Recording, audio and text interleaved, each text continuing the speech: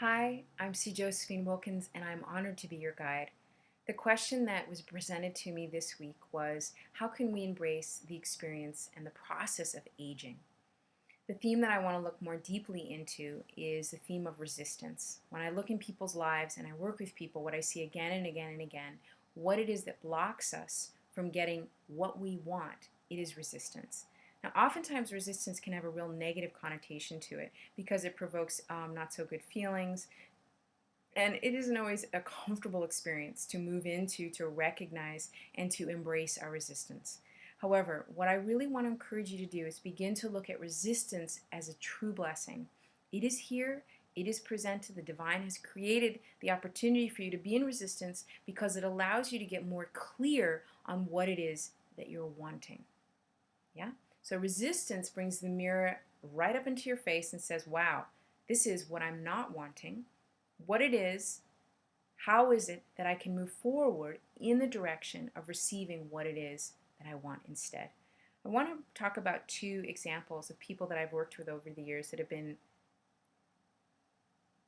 extremely inspiring for me in terms of watching the way that they have dealt with their own resistance. One woman started working with her about 4 years ago, and when I first started working with her, she was overweight from having her first child. She was in a marriage that she was very, very unhappy in, and she was also blocked in the areas of abundance. So, what was incredible about working with her as I started giving her these tools is to watch the way that she soaked them up really quickly and saw that the way that all of these areas of resistance in her life were opportunities for her to clarify what it is that she was wanting instead. So she got really brave, began to move out of her marriage, and as she started moving forward, she realized, as she started moving forward in attracting her next partner, she realized that she thought what was a big challenge or disadvantage. She had this child, and she said to me, "How am I going to meet somebody who is in my I'm in my mid to late 30s and I have this child and blah, blah, blah." I said, what if this child was the biggest advantage, in your experience of dating? And from that moment on, I watched her move forward and begin to really hold on to the fact that this beautiful creature, which she had as this phenomenal human being, that, that this child was one of the greatest assets that she had moving forward in dating. On top of that, she opened up into different creative ways in which she could receive funding to help her continue studying with me. She reached out to different people through email, her family, and got them to come together and finance her. And on top of that, she started realizing that the weight gain that she had taken on during her childbirthing experience and the years after it was just a belief that she picked up. So the resistance was in her physical form of her just believing that once you have a kid, it's just hard to get the weight off. Anyway, she started literally shedding the pounds in a physical form as well, from movement, from good nutrition, all these things, of course. But it stemmed from her believing that that was just a thought she picked up and she just wanted to move in the direction instead of what it is that she's wanting. Well, flash forward to now, really, really great news. She attracted this man who not only thought that this child was cool, but it was the most phenomenal gift and blessing to him, and that continues to be. They have another child, and their areas of abundance their channels of abundance are wide open, the two of them. And on top of that, when she had the second child, she moved forward, and it was very clear to her that in the second child, she wasn't going to hold on to that old belief, which is that, that childbearing involves a lot of significant weight gain afterwards. She'd made the decision that she was going to be lean, and that the second time around, she was going to move in with a different belief system. She wasn't going to hold on to this old resistance. She was going to move forward and continue to create the body, the relationship, and the life it is that she was wanting. She used the resistance to, again, present her very clearly what it was that she wasn't wanting. She moved through it, continued to move through it, observant of it, and allowed that to be the clarifier of sending her in the direction of what it is that she does want instead. The second example that I want to talk about is with this man that I've been working with for over 5 years now. And when I first met him, he's obese, and he showed me these pictures of himself when he was younger, and I was really flabbergasted because he is total hottie. And so it was all about how can we liberate and bring him back into his physical, emotional, and spiritual health.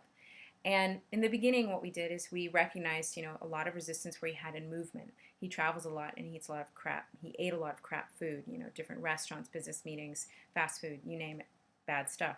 Anyway, the whole beginning was just getting him to move more. And that was a huge, huge place of inspiration for me, because I watched the way that this is somebody who did not like to exercise. And we just spent years getting him to get more excited about moving. So that started to happen. Then we started to recognize the resistance that he had around nutrition.